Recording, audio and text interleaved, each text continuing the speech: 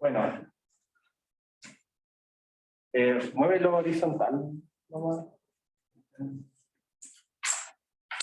El eje horizontal cuando esté en la pizarra. Más que eso no vale la pena. Tenemos esta región del espacio y queremos ver que este sistema de ecuaciones tiene solución. ¿Ok? Y en general, esto cuesta encontrar la solución. Cuando el sistema es lineal, es trivial. Pero cuando es no lineal, cuesta mucho encontrar la solución. De hecho, a lo más con las herramientas que tenemos, podemos encontrar que existe una solución. Y eso se encuentra con el teorema punto fijo Banach. De hecho, hablando en grandes rasgos, hay dos tipos de problemas que se pueden preguntar con teorema punto fijo Banach. Que es una ecuación diferencial o una ecuación integral y demostrar que existe un f que la satisface, o un sistema de ecuaciones no lineales y encontrar que hay un x y y que la satisface. De hecho, el primer paso para resolver esto es que vamos a definir un operador, una función en realidad porque no es lineal, que va a ir de la región R a R2, tal que toma x, y va a entregar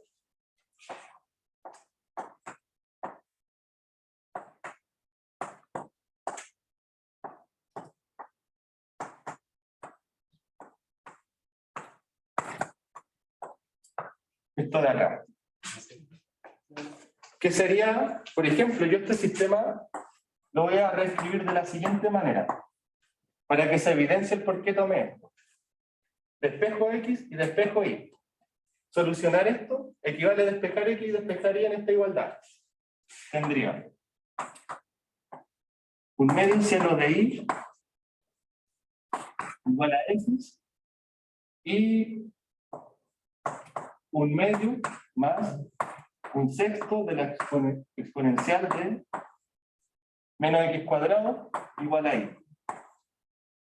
¿Sí? Acá dividí en 2 y acá dividí en 6, despejé X e Y. Se fijan que si la función que en la primera coordenada es igual a X, la segunda coordenada es igual a Y, encontrar que existe una solución es ver que esto de aquí tiene punto fijo.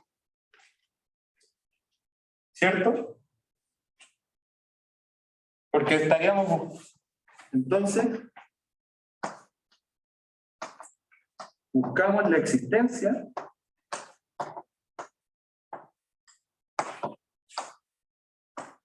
de x tilde, y tilde, tal que de x tilde, y tilde sea igual a x tilde, y tilde. O sea que esta coordenada sea igual a un x y esta sea igual a un y.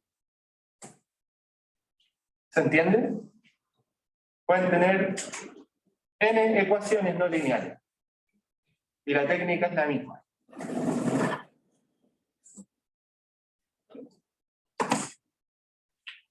Bueno, buscamos usar el teorema punto fijo de Banach. ¿Cuáles son las hipótesis para ese teorema? ¿Sí?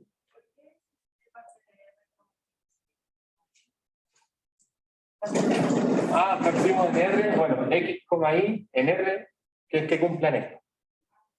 ¿Ya? O sea, obviamente en el dominio de T.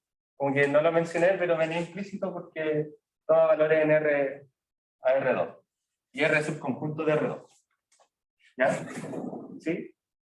¿Usamos ese teorema porque nos va a decir que al final el X y el Y son únicos?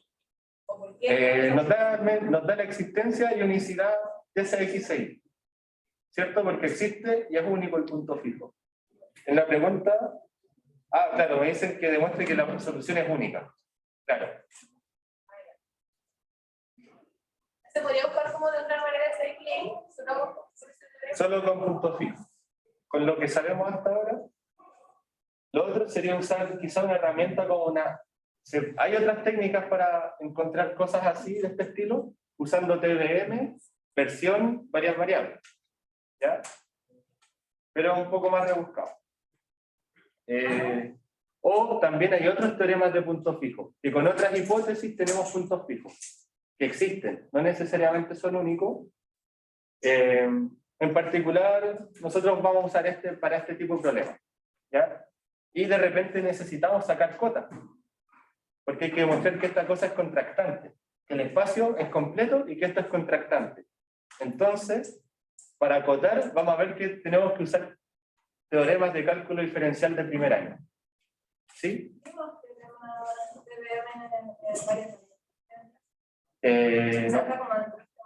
No está dentro del temario, pero el de una variable sí, porque es del curso previo. Y recalco eso porque el de una variable se usa para este tipo de problemas para acotar. ¿Ya? Entonces, bueno, tenemos que ver que R, todas las sucesiones de Cauchy R convergen para concluir que R es subespacio completo o que es cerrado. Entonces, veamos las hipótesis del teorema de punto fijo.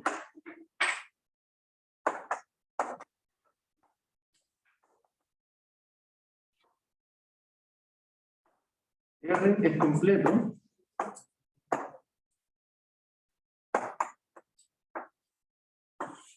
veamos esa. Como R no es espacio vectorial, ¿cierto? Es un subconjunto de un espacio vectorial. Pero sabemos que en los cerrados las sucesiones convergentes son las mismas. O sea, las sucesiones convergentes tienen sus límites dentro de los cerrados. Es muy parecido a ser cerrado, muy parecido a ser completo. Eso es lo que me importa que se quede. Entonces, bueno, sabemos que sí.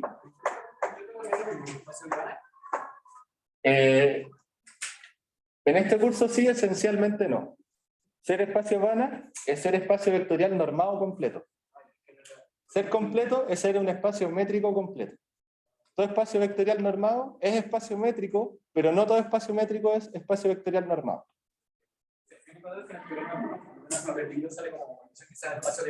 ¿Sí? Sí, estamos viendo porque estamos en EBN. O sea, en vez de métrica usamos norma. Y así todo el curso, pero uno habla de completitud. Y vamos a ver que en realidad no es necesario ser Banach, como esa hipótesis se puede cambiar a ser cerrado, que el conjunto sea un subconjunto cerrado de un Banach. ¿Qué es lo que vamos a verificar ahora? Porque si lo vemos, esto aquí no es espacio vectorial. R no es espacio vectorial. Bueno, sabemos que R2 con cualquier norma es Banach. Entre paréntesis, es EBN completo. Con cualquier norma.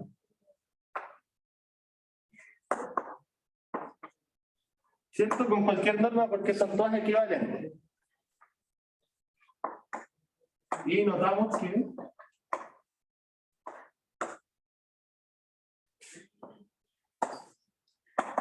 R subconjunto de R2 es cerrado.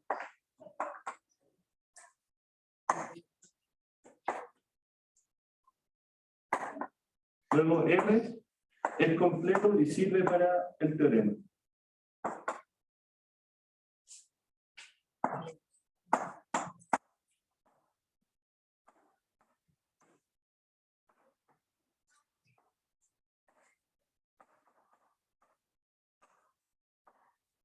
¿Ya? Acá, cuando hablamos de completitud como observación, hay algo que es un poquito, que está como un argumento que está medio incompleto. Y cuando hablamos de la completitud no depende de que el espacio sea vectorial. Depende de la parte métrica del espacio. Todo espacio vectorial normado es espacio métrico. Entonces, cuando hablamos de espacio de Banach, es porque queremos hablar de espacios métricos completos, que coincidentemente esa métrica proviene de una norma. Resulta que esto de aquí no es espacio vectorial, pero sí es subespacio métrico. Y no es subespacio vectorial de R2. Y como es cerrado, es completo. Porque subconjunto cerrado de un completo es completo. ¿Ya? Entonces podríamos aplicar con esa lógica, en R no podemos usar, o sea, en R con cualquier norma podemos usar punto fijo de bala, y en cualquier subconjunto cerrado de R podemos usar punto fijo de bala. ¿Se entiende? Por ejemplo, en el intervalo 0,1. Quería preguntar por qué cerrado. Ah, porque por las desigualdades, como que al ojo se cacha que los bordes son cerrados. Si los dibujamos, ¿Se puede ir ahí ese? sí, a esta altura sí. El espacio sería esta parte de acá, o sea,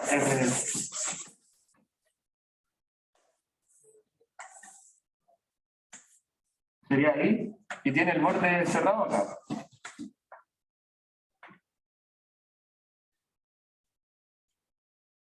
¿O no? Porque son los X con magnitud menor que 1 y los Y con magnitud menor que 1. Entonces, si lo dibujamos, esta región de acá. Y eso de ahí es R. Y esto aquí es R2. Casi pues también puede ser con el menos 1 como un cuadrado. Ah, perdón, sí. Toda la razón.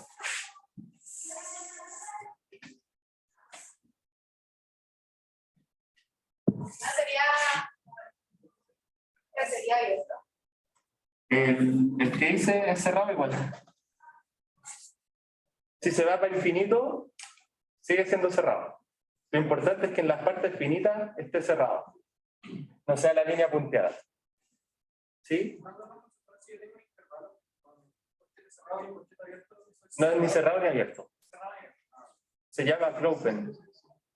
Y no cuenta como ningún helato. De hecho, esta es la bola unitaria de norma 1. ¿Cierto?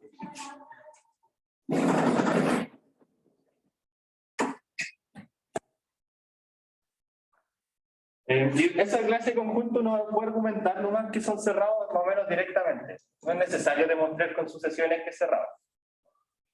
Entonces, observación, un conjunto cerrado en un espacio completo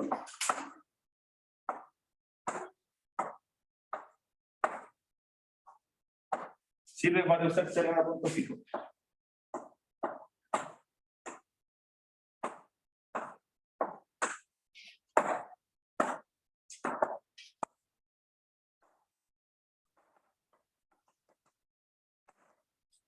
¿Ya? Entonces ahí tenemos nuestro primer check. Ahora tenemos que ver que T es contractante.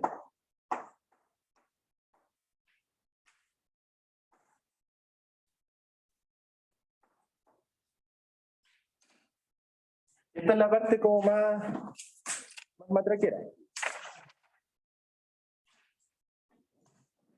Entonces tomamos sean x1 y 1, x2 y 2 pertenecientes a R. Luego, voy a considerar R dotado de la norma del máximo o del supremo.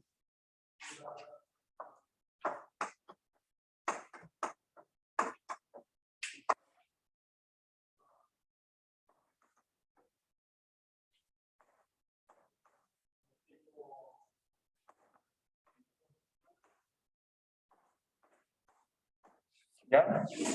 Voy a considerar esa norma para R2, perdón. Todas las normas son equivalentes, entonces da lo mismo la que yo elija. Pero quiero usar esa.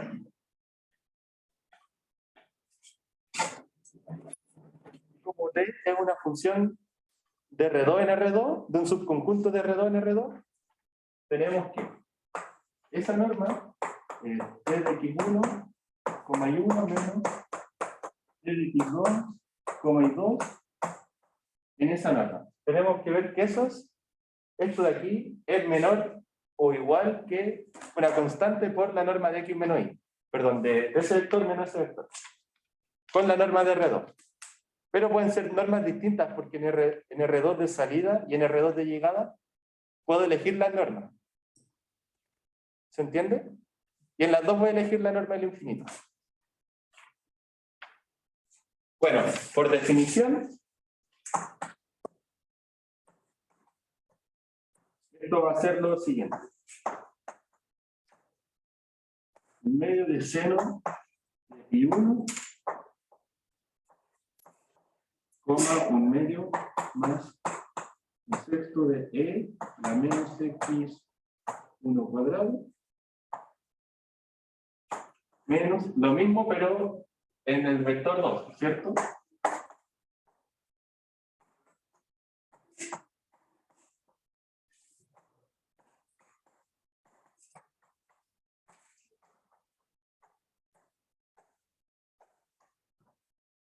Es igual a eso, por definición de t.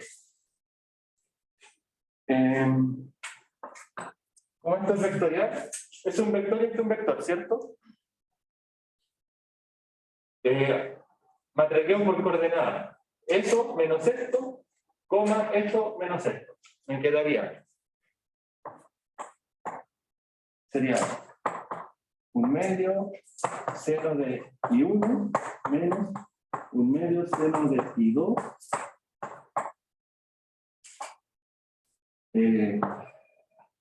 un sexto exponencial de menos de x1 cuadrado menos un sexto de exponencial de menos x2 cuadrado. Y los un medios se restan y se cancelan, ¿cierto?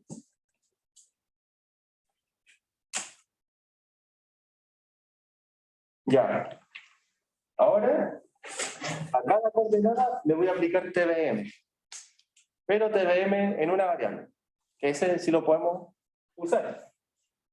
Entonces esto le vamos a llamar 1 y a esto le vamos a llamar 2.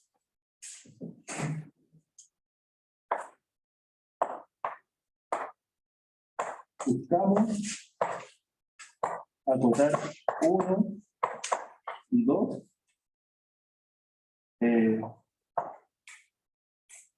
Usando TBM en su versión del curso previo. Sí, porque estas ya son funciones reales nomás.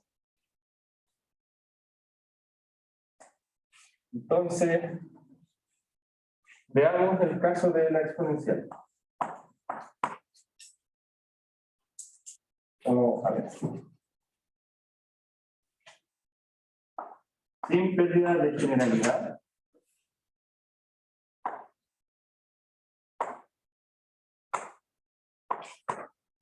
Supongamos que x1 es menor que x2 y y1 es menor que y2. ¿Sí? Porque una de las dos variables es menor que la otra. Son números reales. Entonces no me voy a estar poniendo en casos. SPG es sin pérdida de generalidad.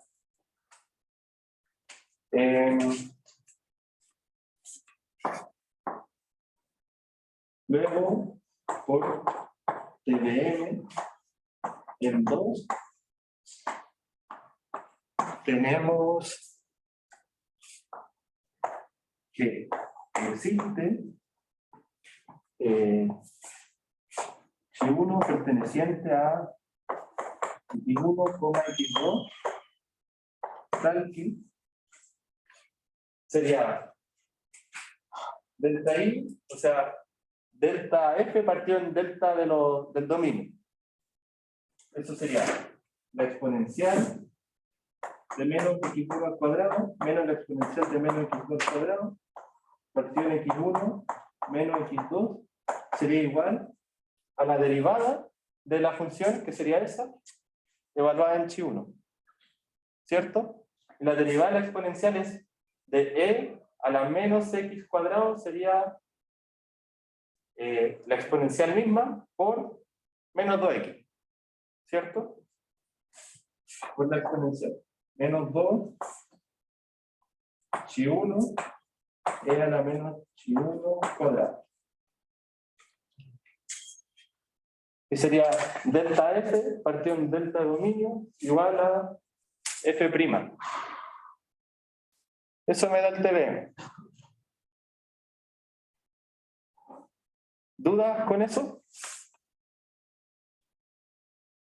Y bueno, lo que necesitábamos es que la función fuera continua. Y está recontra continua, o sea, eso no es tan necesario argumentarlo.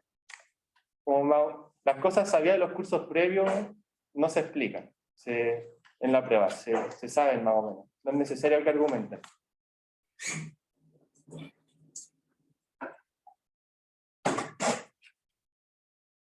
Para 1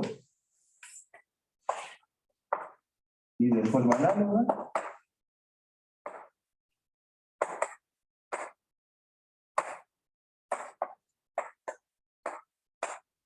tenemos que existe I2 perteneciente a I1, I2 tal que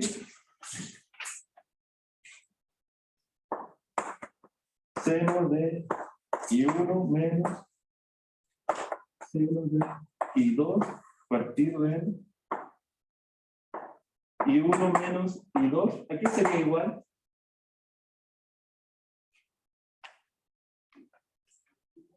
Exacto.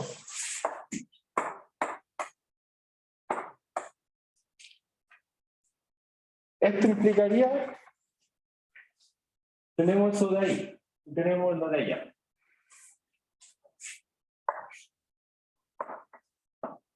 Entonces, seguimos con la igualdad.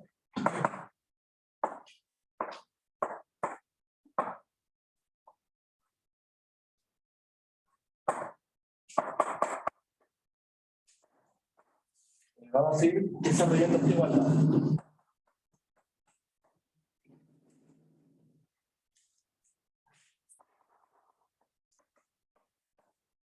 En la primera coordenada tenemos la recta de las funciones seno, que es esta de aquí.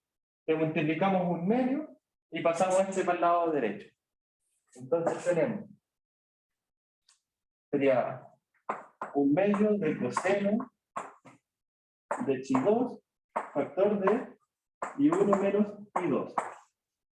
¿Cuál es la gracia? Se fijan que en esta coordenada yo tengo que acotar el operador, o sea, t como delta t, menor o igual que una constante por la norma de delta de las cosas del dominio, de los inputs de las funciones. Acá ya nos empiezan a salir los y y los x, sí o sí, porque aparecen acá en el TBM.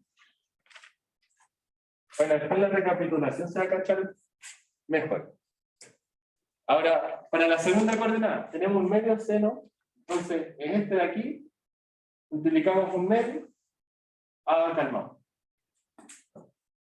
En este de aquí. En la segunda coordenada tenemos un sexto de las exponenciales. Esta de acá, multiplicamos por un sexto. Entonces, nos quedaría un sexto aquí, sería un tercio, por chi1 exponencial de menos chi1 al cuadrado factor de x1 menos x2.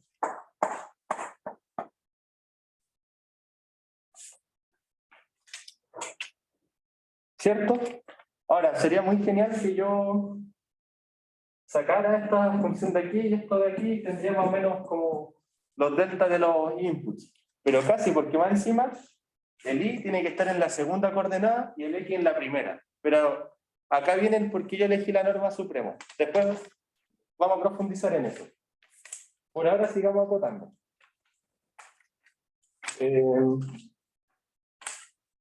Si escribimos esto por definición de la norma,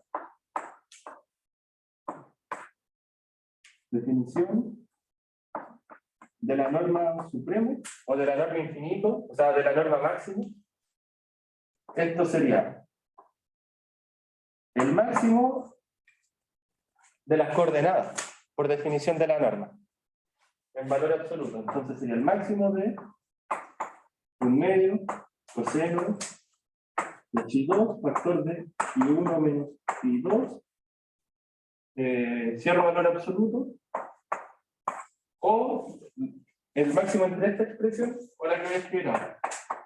Un tercio de chi1 E de menos chi1 al cuadrado, x1 menos x2.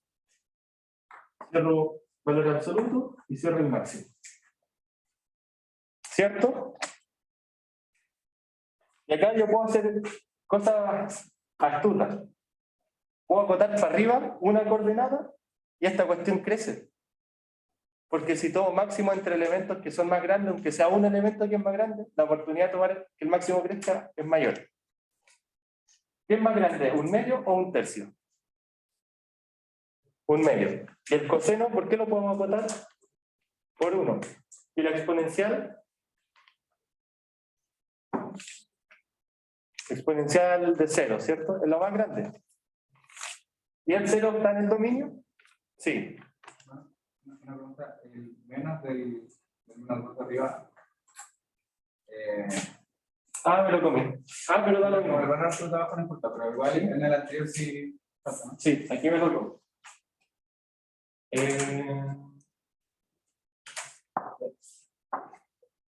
Y esa sería. Sí, porque menos es de aquí. Entonces voy a hacer. ¿Les parece simplemente los pasos que les dije? Pero no todas de una, para desglosarlo. Entonces ya, voy a hacer la pizarra.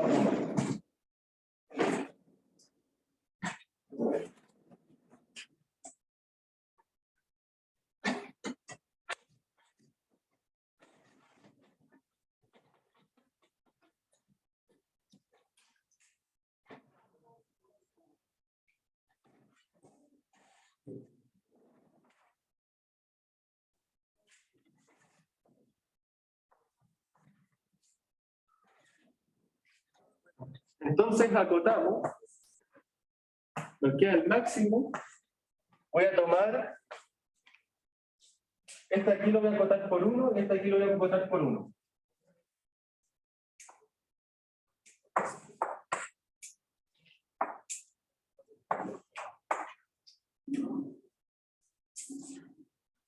Y lo otro, este de aquí también es menor o igual que 1, el chi.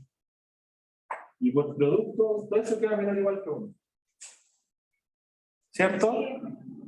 Chi es menor que 1 porque vive en un subconjunto del conjunto cuadradito que dibujé acá, en la coordenada x.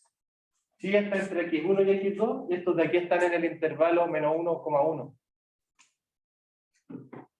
¿Están de acuerdo? Y obviamente como este de aquí va a vivir en el intervalo menos 1,1, pero más encima va a ser en este subintervalo, pero da lo mismo, menor o igual que 1. Y por producto, todo eso es menor o igual que 1, porque por separado eran menor o iguales que 1. Entonces me va a quedar el máximo de un medio por I1 menos I2 y un tercio por X1 menos X2. Aquí voy a acotar, me quedo con la constante más grande, que sería un medio.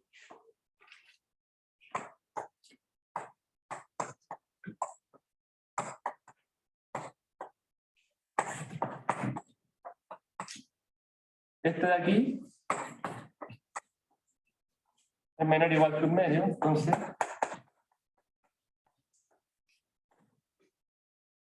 y puedo sacar esto.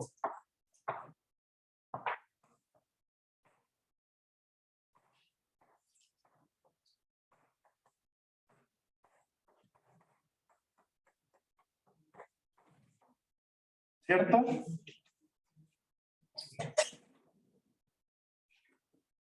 Y acá yo puedo conmutar los elementos de donde estoy tomando máximo.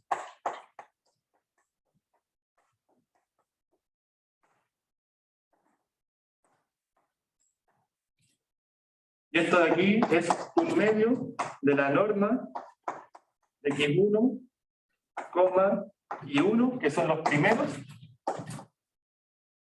menos x2, y 2.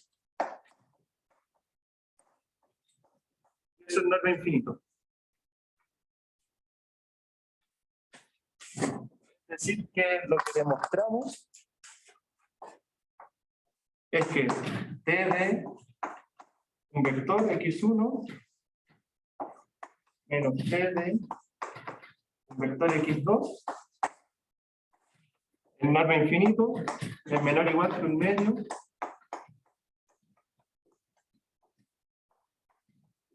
en norma infinito. Eso es lo que tenemos en resumen. Por lo tanto, T es contractante.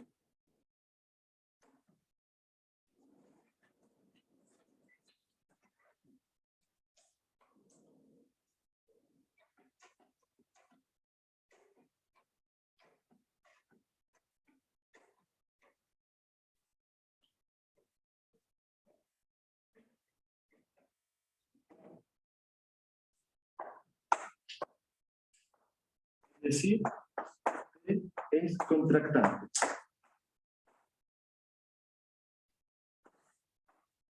Luego se concluye que existe un único punto fijo.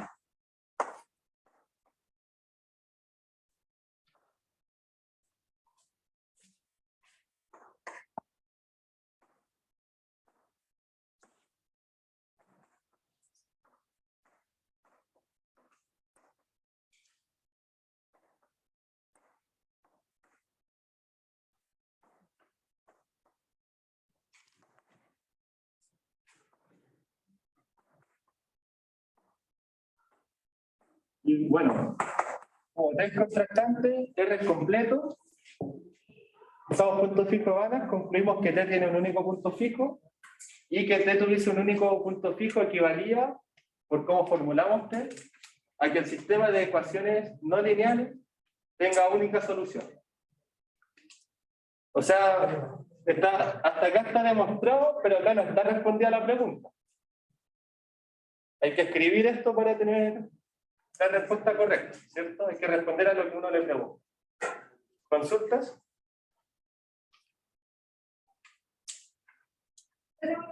Sí, dime. Esta segunda parte de como el penúltimo paso al último paso. Esta es la definición de la norma. Porque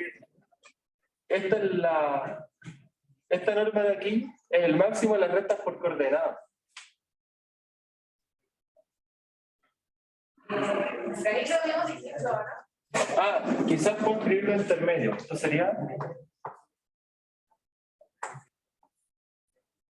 sería la norma de x1 menos x2, coma, y 1 menos y2. ¿Cierto? El máximo de las coordenadas, esto aquí define las coordenadas del vector. Donde tomamos norma y después por linealidad separamos en esto. Y antes el vector de R2 era la función, que tenía dos coordenadas también. Que sería... Bueno, ese T de ahí es este de acá. Primera coordenada, segunda coordenada. Este T de acá es esto de aquí. Esa coordenada y esa coordenada. Las mezclo. Primera coordenada, segunda coordenada. ¿Cachai? Pero después pasamos al máximo en coordenada. O sea, sería el máximo de esta o de esta. ¿Qué es lo que tenemos acá? ¿El máximo de la primera o de la segunda? Siempre en valor absoluto. Siempre en valor absoluto dentro del máximo. El tema está en que aquí igual acoté para arriba. Aquí. Acoté hacia arriba usando que esto era, bueno, acá pasamos el máximo y después seguimos acotando, porque si tomamos máximo entre cosas que son mayores, puede que el máximo crezca. ¿Ya? ¿Más preguntas allá?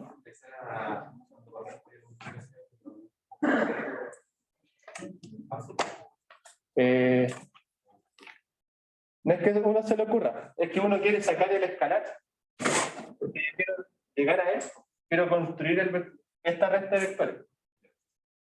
Y yo sé que puedo sacar escalares, y no puedo, y para sacar el escalar tengo que sacarlo de todos los elementos. Entonces, y si acoto para arriba, bacán. Entonces tengo que obtener el mismo escalar en ambas coordenadas para poder sacarlo. O sea, ni siquiera es como tan ocurrente, solo que el objetivo que tienes que pensar es sacar esto de aquí limpio. Y para limpiarlo hay que sacar todos los escalares, y para poder sacarlos tienen que estar los mismos. Y bueno, acotando para arriba se puede obtener el mismo escalar. Acotando para abajo no se obtiene necesariamente lo que uno quiere. ¿Más consultas? ¿Por qué usamos máximo y no supremo? Porque por definición es con supremo. O sea, esto de aquí es con supremo de todas las coordenadas. Pero en Rn hay una cantidad finita de coordenadas. Entonces es máximo. Un supremo en un conjunto finito es máximo. En cambio, en un espacio vectorial de sucesiones es supremo, porque ya hay infinitas. O en las continuas, ya como supremo. En C01, en ese espacio vectorial. Y bajo ciertos argumentos uno puede cambiar el supremo por máximo. En Rn es un máximo. En las continuas es máximo, porque tomáis la coordenada más grande, o sea, estáis tomando supremo de una cantidad finita de cosas. Por ejemplo... Sí. No, es lo mismo. Si cambiáis todos los máximos por supremo, es la definición de la norma nomás. Pero es la misma. Y si uno responde esto en el control, también daría lo mismo. Porque en ningún momento usamos que el máximo se alcanza. Nunca lo usamos. Esa es la diferencia entre el supremo y el máximo, que el supremo puede diverger. Pero aquí claramente no diverge porque tengo los elementos contados. Lo otro, ¿por qué elegí la norma del supremo? Porque me permite conmutar las coordenadas. ¿Se fijaron? Y me permite ir acotando para arriba más ordenadamente. Como que para este tipo de problemas yo diría que casi siempre se usa esa norma. No digo que siempre, porque de repente hay ejercicios más interesantes.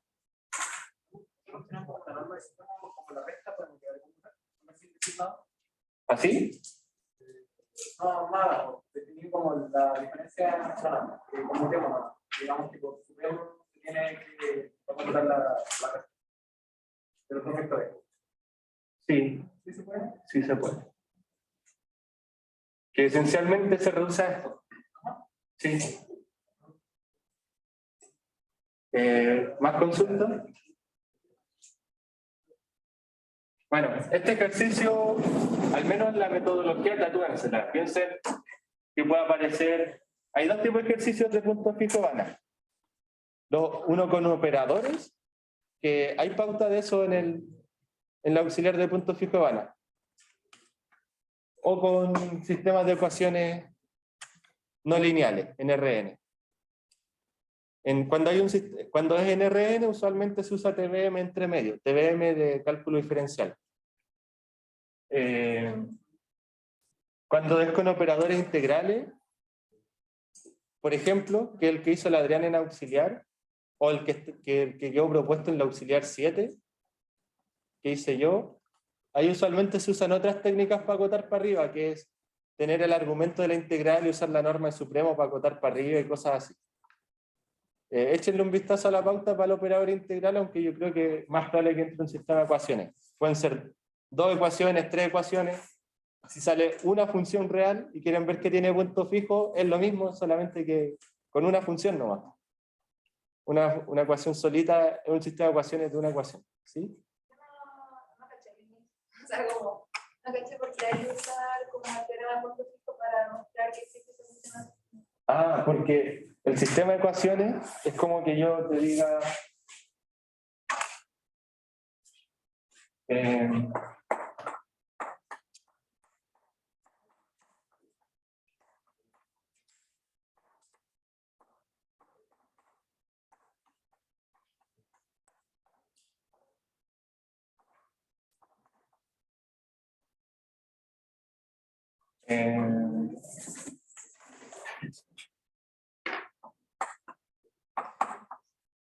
Este de aquí, como sistema de ecuaciones, quiero ver si tiene soluciones. Ya olvidémonos que es lineal, porque al ser lineal como que es trivial por álgebra lineal. Una matriz, chao. Pero esto aquí equivale a que yo lo escriba de esta forma. Primera coordenada, segunda coordenada, ¿ok? En la primera coordenada entra el input 1. La segunda coordenada entra el input 2.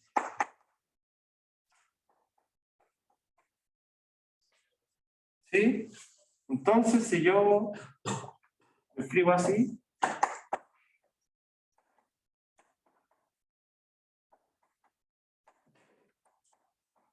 resolver esto equivale a que este de aquí, dado por esto, tenga punto fijo.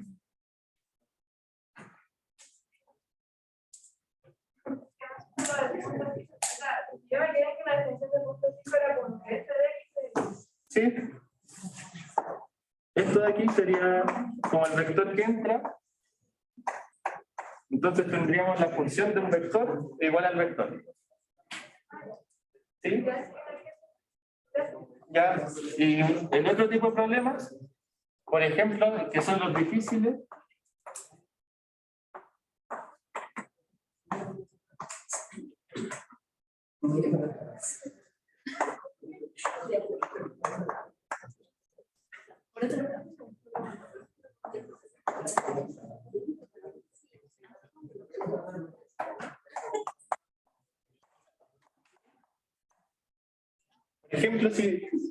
un ejemplo de un problema de punto fijo ya más difícil porque el espacio es más complicado. Las continuas en 0,1 con la norma que lo hace Banach, obviamente, que es la norma infinito.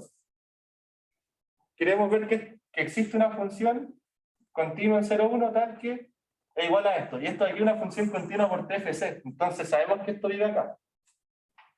O sea que esto sería igual a una función G. Como G de X. Entonces,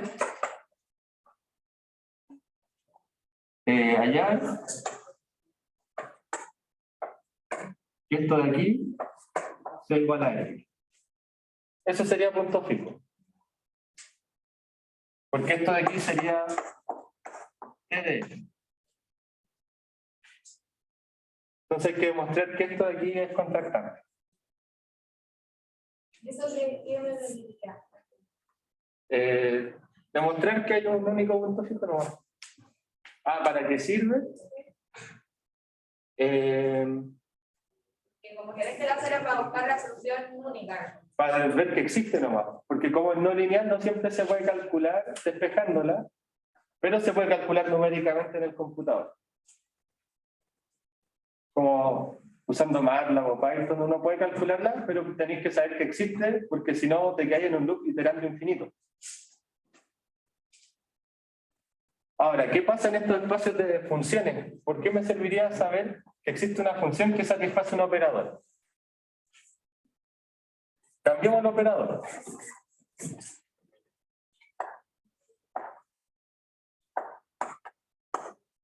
Si este es un operador de una EDO de orden lambda, demostrar que existe una función punto fijo equivale a ver que una EDO de orden lambda es igual a F.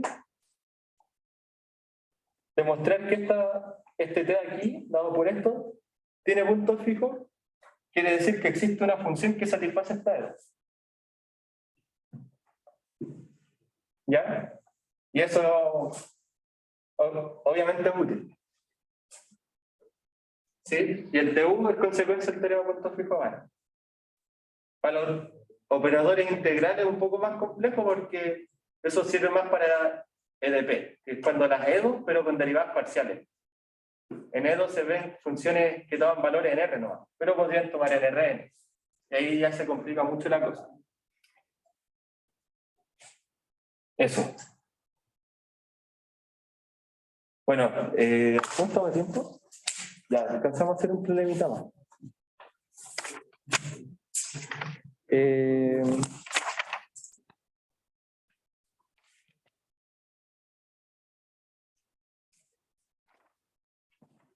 ¿Les parece? El P1 es bien extenso.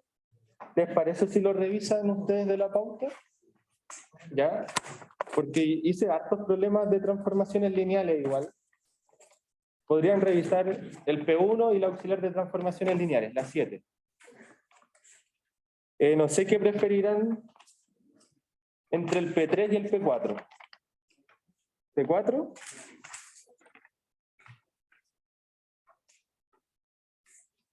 Ya, perfecto.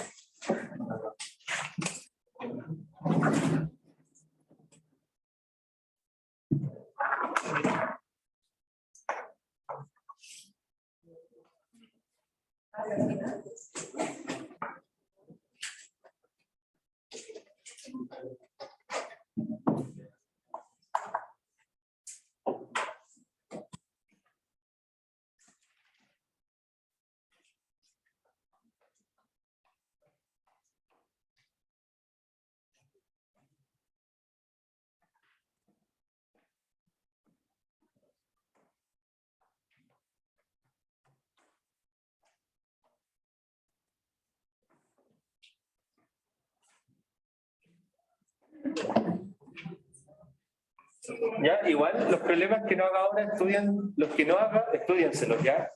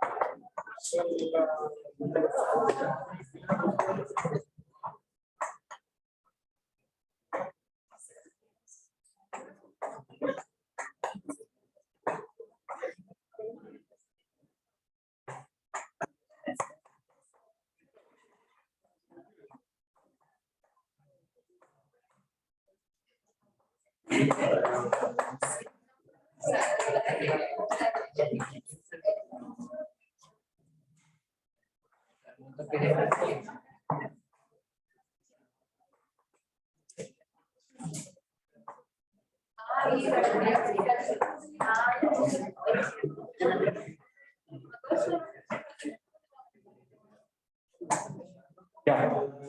Veamos la continuidad de esta función. Usualmente uno le preguntan por la continuidad en todo el dominio, que sería R2, pero fuera del cero es más o menos trivial. El argumento sería el siguiente, ¿sí? Tenemos que comprobar. ¿Cómo? Tenemos que comprobar que llegaremos fácil. ¿A R2? No. ¿No? ¿Llega R2? No es necesario como que comprobar como si pertenecía a tal conjunto. Ah, perfecto. Es que usamos que estaba en el conjunto cuando acotamos. Dijimos estamos entre -1 y 1 en un momento.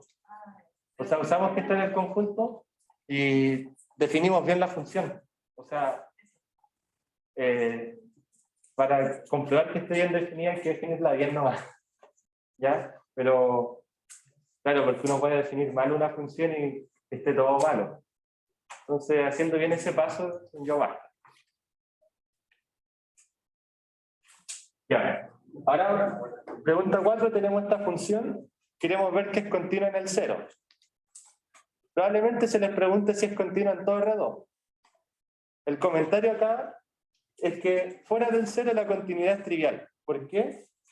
Fuera del 0 la función es esto, donde el producto de funciones continuas y división con una función continua que no se indetermina fuera del 0,0.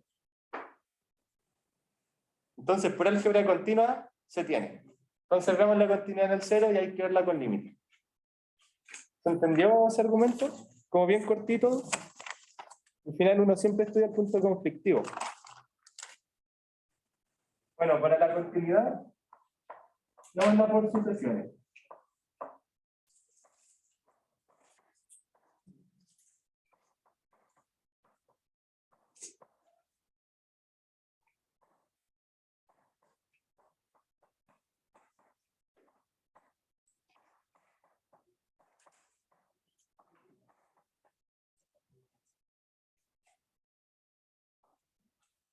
Tenemos una sucesión que converge al cero.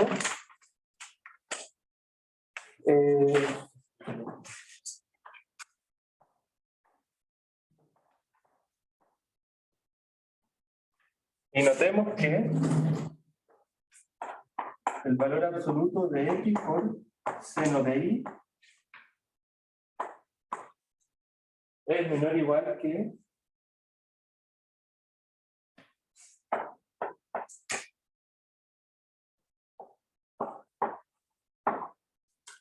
valor absoluto de x por valor absoluto de y.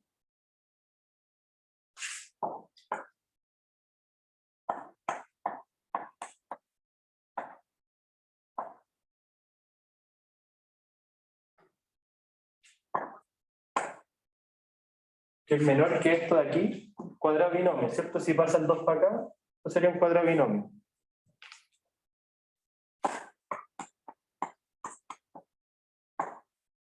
Y quitamos un medio y sigue creciendo.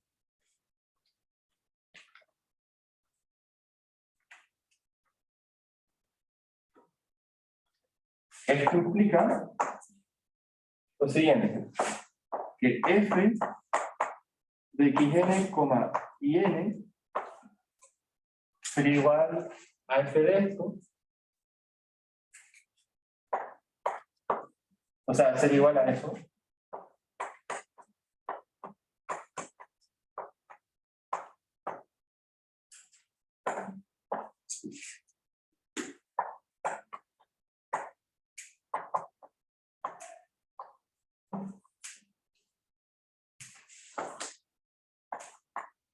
¿Cierto? Por definición, ya implementamos la cota que ya teníamos.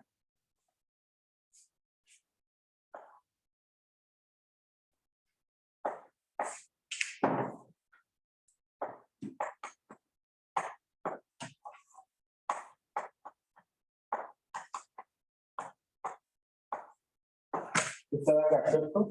Eso de ahí se acota con eso. Y eso dividido en eso es lo de arriba en raíz, ¿cierto? Es lo mismo elevado a 1 menos un medio. Entonces la potencia que queda es un medio.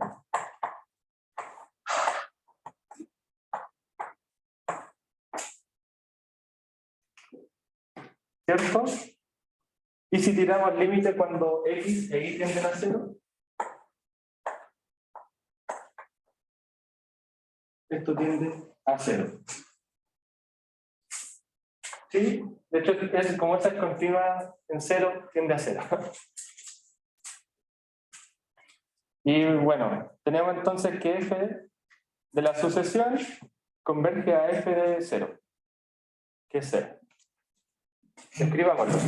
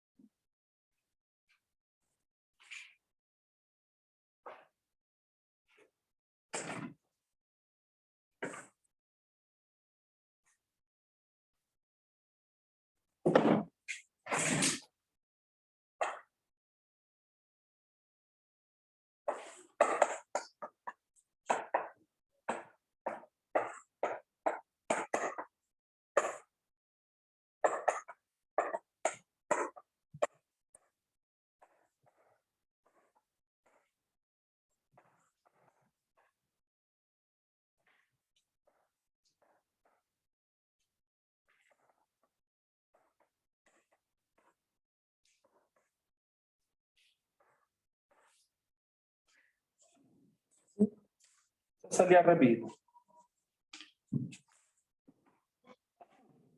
Ahora veamos si existen las derivadas parciales en C.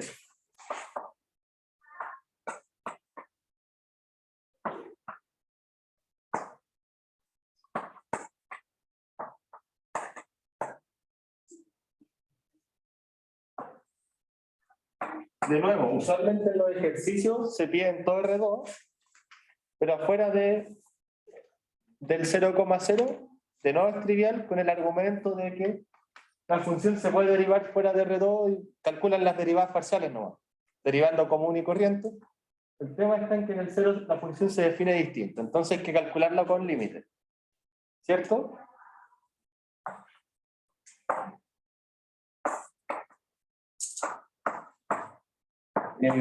Para cachar cómo es la historia completa de estos ejercicios, revisen la guía de reforzamiento que les subí.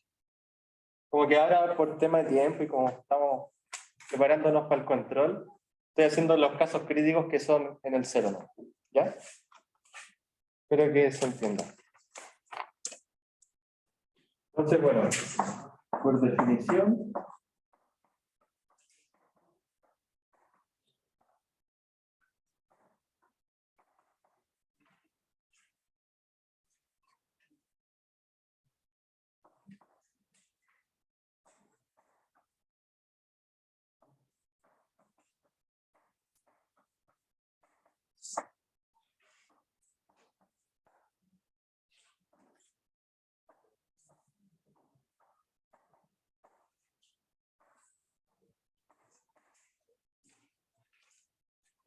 tenemos eso de ahí, ¿cierto? Que esencialmente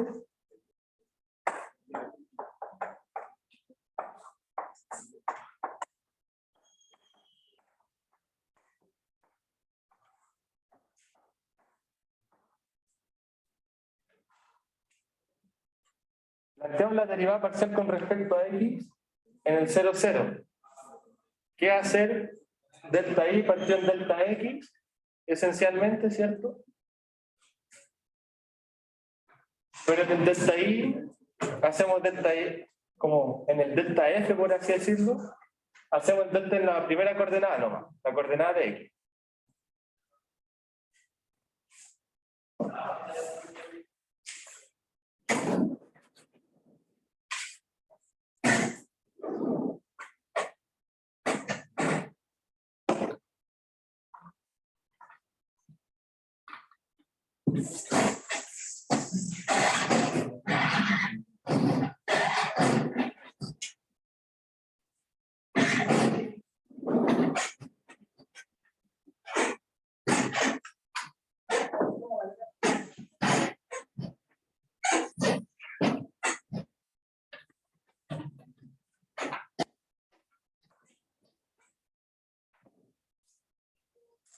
Parte A,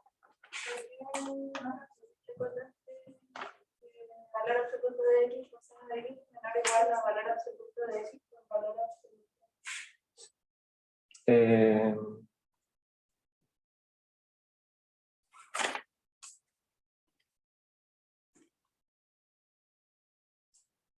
Ya, perfecto. Esa cosa, ¿cierto?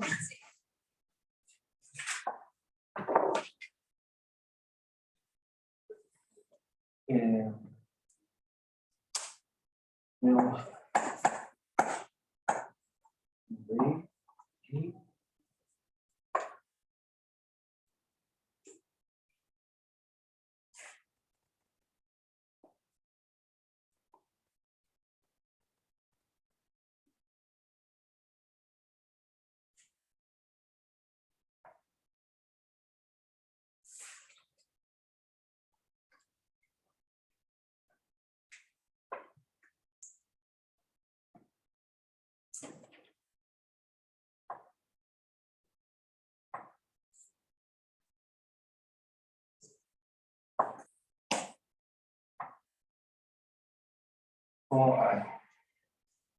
Voy a hacer el dibujo, ¿ya?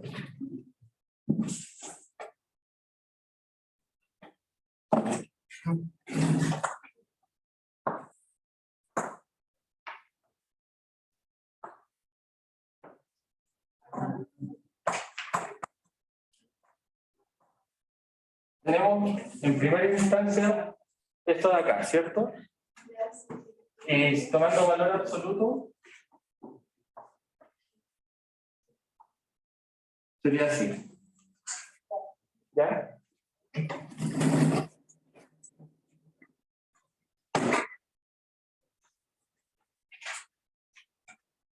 Entonces, tenemos la derivada parcial.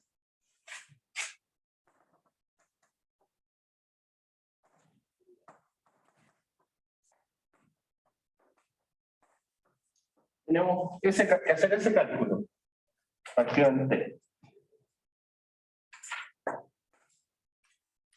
¿Cierto? Porque esto es 0,00. Y por definición, a ver, la definición de la función. Esto a priori no necesariamente, esto a priori no está en el 0. Sería límite de t tendiendo a 0 de valor absoluto de t, seno de 0 sobre t cuadrado más 0 al cuadrado por 1 sobre t. ¿Cierto? El tema está en que esto de aquí es 0. Entonces nos queda límite de t tendiendo a 0 de 0, y esto es 0. Esto implica que la derivada parcial de f con respecto a x en el 0, 0 es igual a 0. Esto quiere decir que existe. Porque existe el límite. De forma análoga,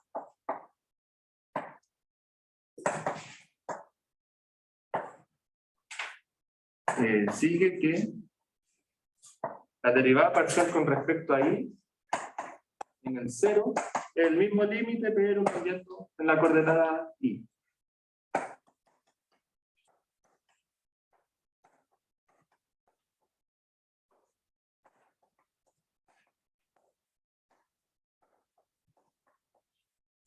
¿Cierto? ¿Sería eso? Se plantea igual que ya, pero me saltea la segunda igualdad. Porque sería 0,t menos 0,0 dentro del f. Luego esto sería igual al límite de t tendiendo a 0. Esta aquí es 0. Esta aquí hay que valorar en la función. Valor absoluto de 0. El seno de t partido en la raíz de 0 al cuadrado más t al cuadrado. Y este es el límite de t tendiendo a 0, de 0, y es 0. Luego, f de 0, 0, con respecto a y, existe.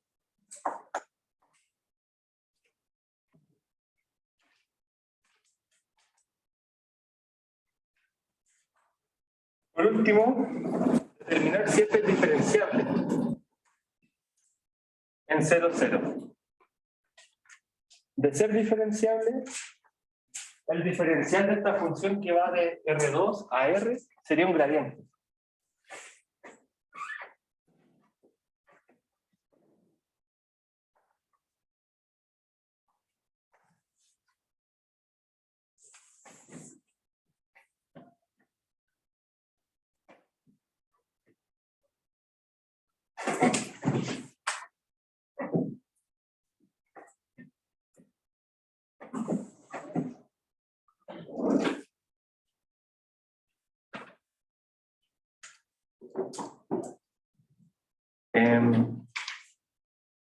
Hay dos opciones. Podemos intentar demostrar que es diferenciable y fallar, porque no lo va a hacer. O demostrar que es no diferenciable viendo que algo se cae.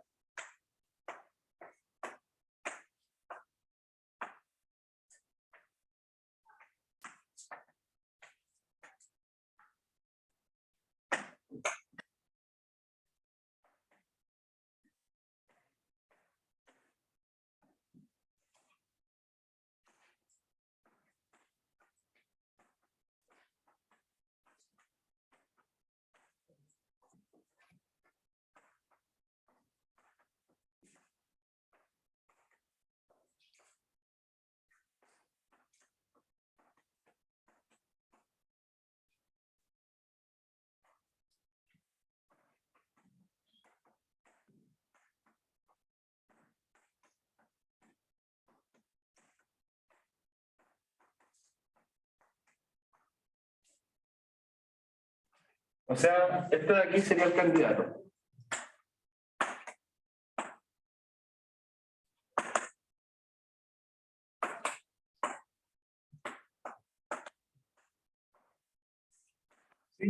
Y para demostrar que es diferenciable en el cero se hace con la definición, con el límite, y necesitaba el candidato diferencial que sería naturalmente el gradiente.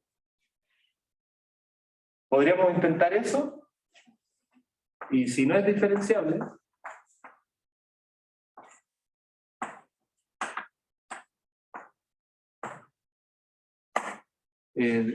podemos ver que se cae alguna cosa, podemos ver que algo se cae, o que algo no se cumpla,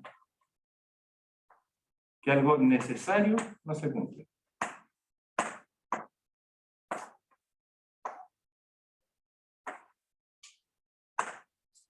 ¿Ok? Esa sería una observación. Otra observación. Diferenciable implica direccionalmente derivable.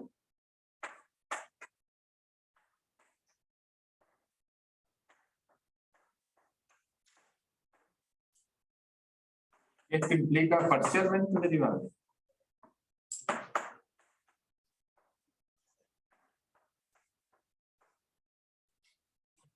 Entonces, si para que no sea diferenciable podemos ver que no se cumple esto o no se cumple esto. Nosotros ya sabemos que esto se cumple porque tenemos las derivadas parciales. Uno tantea un poquito y puede ver que se va a caer esto en este ejercicio. O sea, demostrar no diferenciabilidad basta con esto de aquí o esto de aquí. El tema es que cuando esto se cumple, hay que bosquejar. Hay que ver si sale la demostración o si se cae algo. O si la demostración de no existencia es directa. O sea que el límite de aquí no existe. Que se va a infinito o que depende del ángulo, que es no único.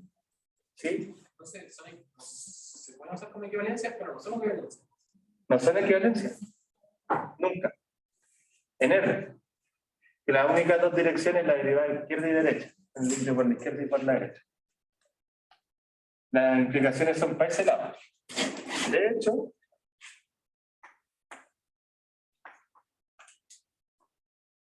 parcialmente derivable con derivadas continuas.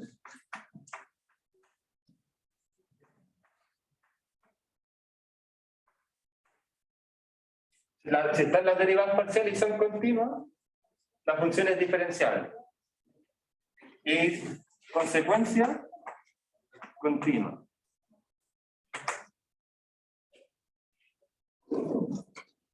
Ese es como el árbol de implicaciones.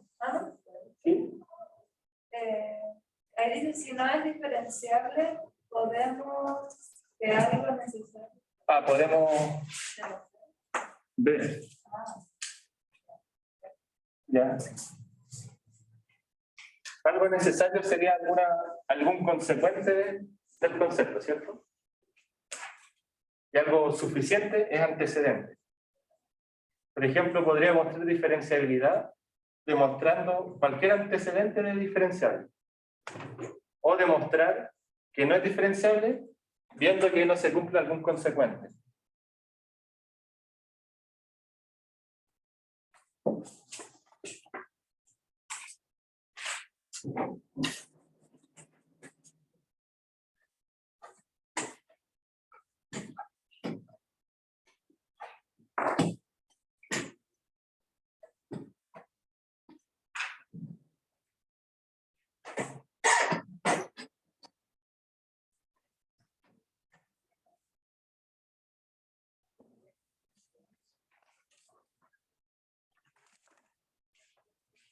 Ya poquito, así que vamos terminando.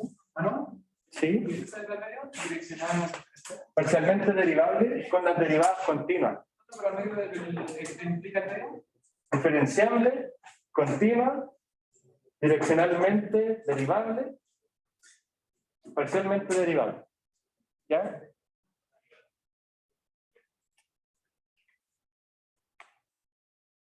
Bueno, adoptamos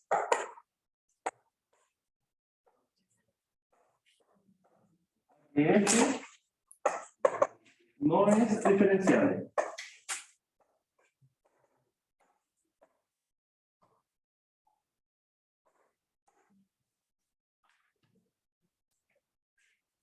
Calculamos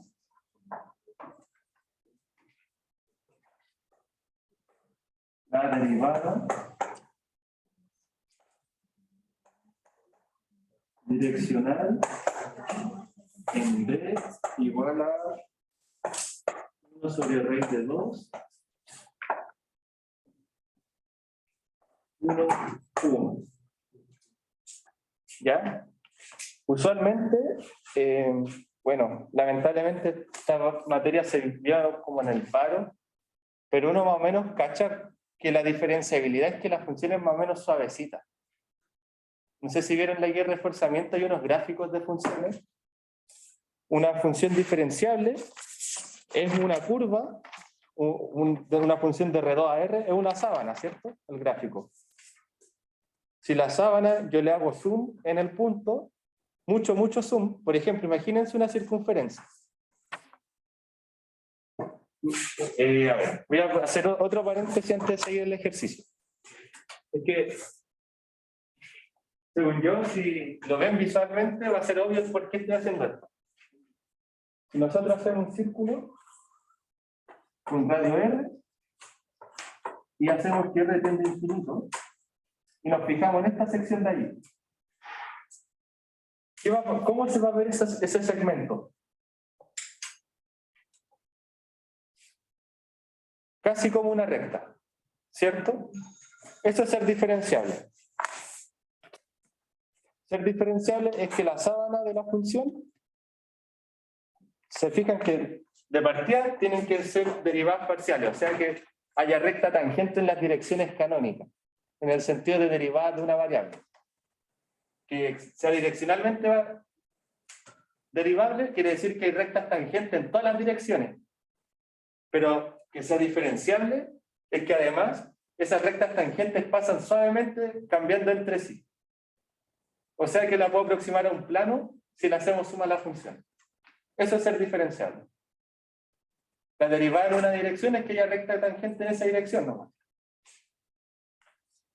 Entonces, bueno, este sería el dibujo 1.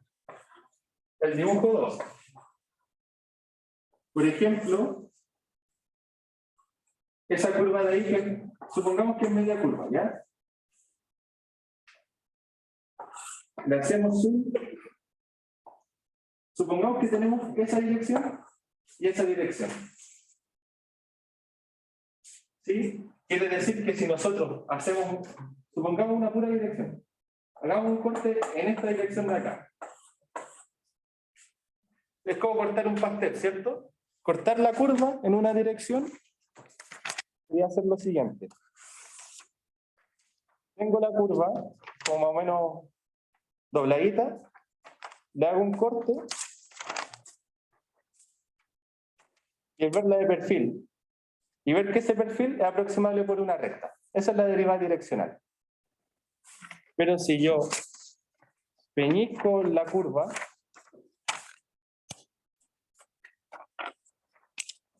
y le hago un corte,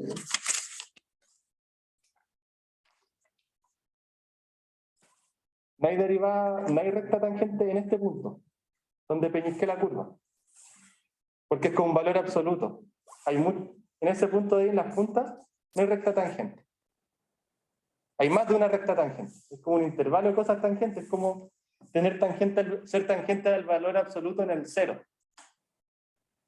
¿Cierto? Por ejemplo, ya, hago el corte. Supongamos que el corte de la curva era así. ¿Y ahí quiero cortar? Bueno, aquí en ese corte puedo poner rectas tangentes, porque es más o menos suavecita. Pero si el corte es así, en ese punto no hay recta tangente, porque termina en punta. Entonces no hay derivada direccional en esa dirección, porque no hay recta tangente. Que las derivadas parciales sean continuas es que en toda dirección se puede escribir como combinación lineal de las derivadas parciales. Entonces le da como una suavidad a la cosa. Por eso, esto implica diferenciable, que le dé suavidad continuamente es que todas las derivadas direccionales son combinaciones lineales de las derivadas parciales. Y como una combinación lineal continua, podemos escribir cualquier derivada direccional mediante combinaciones continuas. ¿Cierto? Mucho más fuerte. Esto es que en todas las direcciones, a medida que giramos, las rectas tangentes van como de una en una, no hay como saltos entre rectas tangentes. ¿Se entiende? Y si ven los dibujos de la guía de reforzamiento, hay funciones que están pinchadas o que son asintóticas en ciertos puntos, pero vistos desde otro lado son más o menos suavecitas, entonces tienen derivadas parciales pero no direccionales, etc. Y esta función que tenemos, más o menos, después que uno ve un par de funciones, se cacha que está como peñiscada. No es asintótica, pero está peñiscada. Se fijaron que es continua, tiene derivadas parciales, pero no direccionales. ¿Se entendió con la analogía?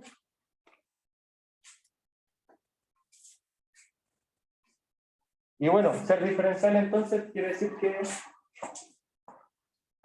por ejemplo, el paraboloide, en este punto de acá, si le hacen zoom, hay un plano tangente. Entonces, ahí están como las nociones básicas.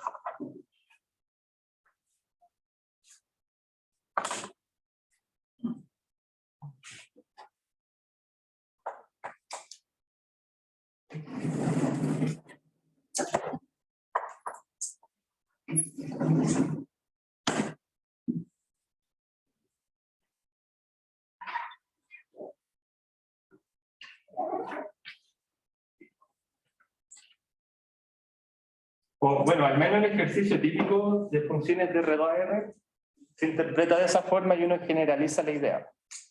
Cuando ya la función es en un espacio vectorial normal cualquiera, es más difícil, pero esencialmente extender la intuición, solo que no se puede dibujar. Bueno, veamos las derivadas de esta dirección para ir terminando.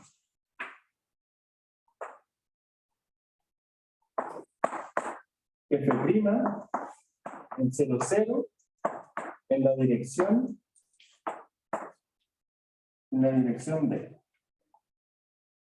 O E1, E2. Esto es igual al límite de t tendiendo a 0 de f de t E1, t E2.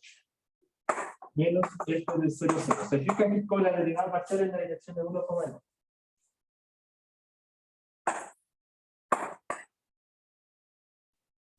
Pero yo ya definí la dirección. Sería 1 sobre raíz de 2. Esto sería igual a lo siguiente. 1 sobre raíz de 2 de f de x 0, 0. 1 sobre raíz de 2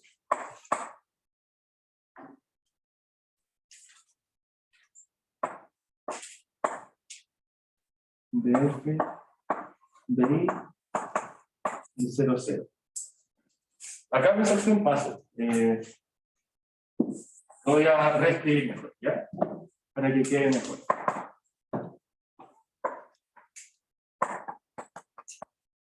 Acá si yo escribo esto, podemos fijarnos que podemos sacar los L1 y L2 y recuperar lo mejor posible. Podemos desarrollar y llegar a esto. Es que la matraca entre medio no es tan relevante como lo es el resultado.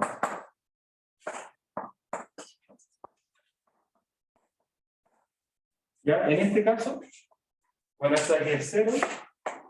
Escribiendo la definición, reordenamos términos y armamos la derivada parcial de x y de y por definición. La gracia de eso es que además yo multiplicando por E1 y E2. Y todas las derivadas, la derivada en cualquier dirección tiene que valer lo mismo. Pero se fijan que acá la derivada direccional depende de la dirección.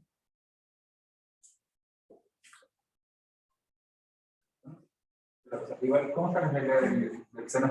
¿Ah? El dedo del seno.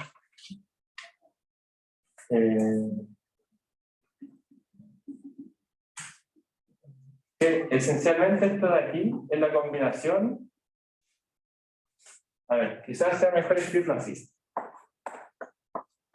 Esta imagen no tiene la...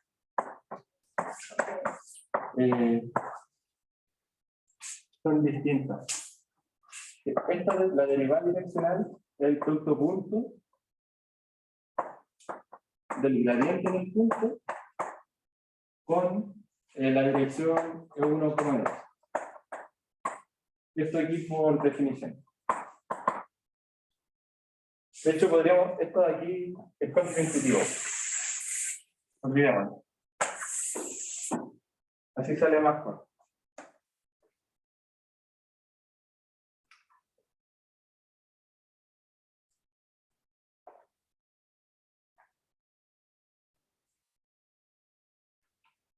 ¿Saben que estoy dudando ahora de...? Porque es 0.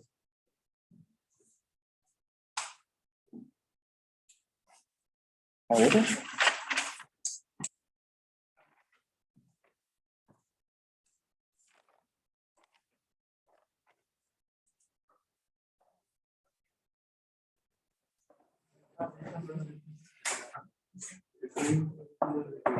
Ah, ya. Aquí me equivoqué. Aquí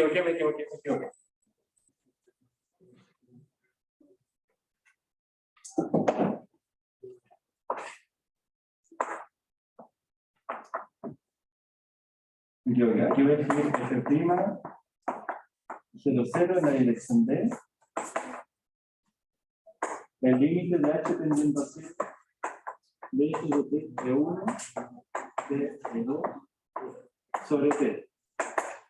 Esto por definición sería T E1, 0 de T E2 sobre raíz de T cuadrado, E1 cuadrado, más T cuadrado, E2 cuadrado.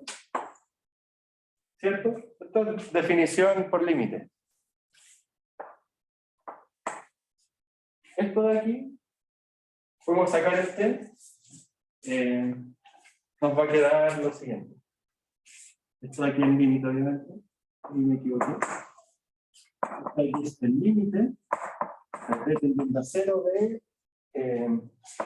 E1, seno de T E2, sobre, acá sale T, ¿cierto? Se muere con ese T de ahí. Entonces, raíz de E1 cuadrado más E2 cuadrado. ¿Sí?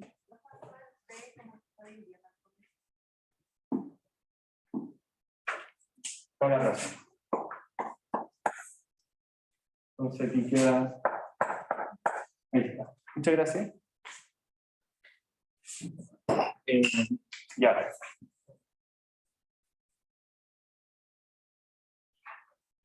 Tenemos esto de acá. Podemos separar el límite. Voy a dejar ese límite de ahí. Voy a dejar E1 sobre las raíces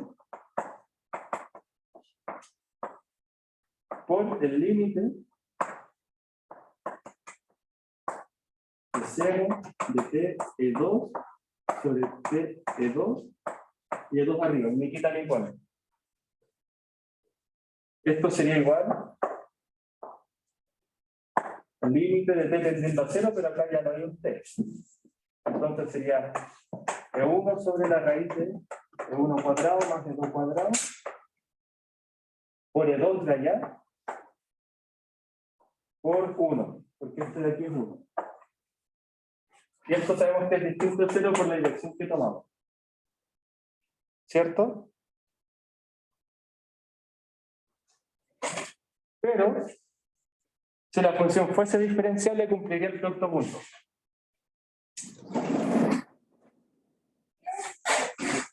¿Cómo? Porque E1 y E2 son iguales a 1 sobre raíz de 2. O sea, yo decido la dirección. ¿Son las canónicas? No, tomé E1 y E2 iguales a 1 sobre raíz de 2. Ahí arriba, el D, estas son las coordenadas del D.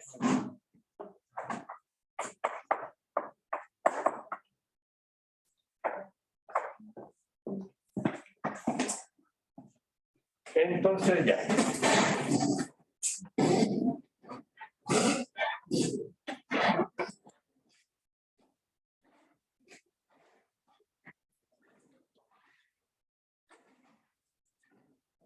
Bueno, el límite existe, pero si este puede ser diferenciable,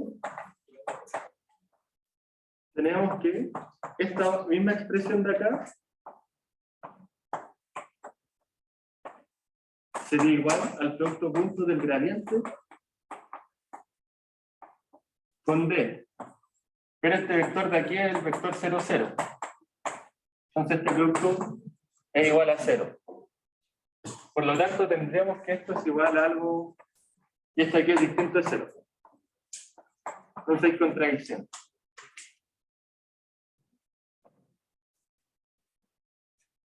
O sea, calculándolo por definición, llegamos a algo que no puede ser porque la derivada direccional tiene que ser igual a 0, suponiendo que la función es diferenciable. Porque sería combinación lineal de las derivadas parciales, y ambas son 0. Cuando la función no es direccionalmente derivada, hay que calcularla así, y ver con el producto punto, y bueno, la dirección que uno se da no necesariamente funciona para una pura dirección. Yo me di una dirección ahí, pero tal que esto fuese distinto de 0 nomás. Por ejemplo, las direcciones canónicas les va a dar la igualdad, porque van a recuperar la derivada parcial.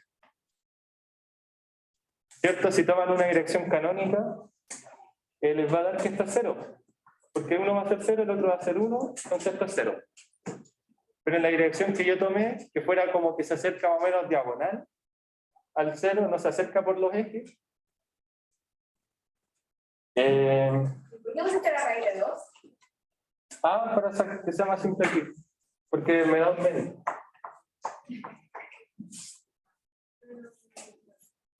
Pero podría haber sido sin el raíz de 2. ¿Dudas? ¿Consultas?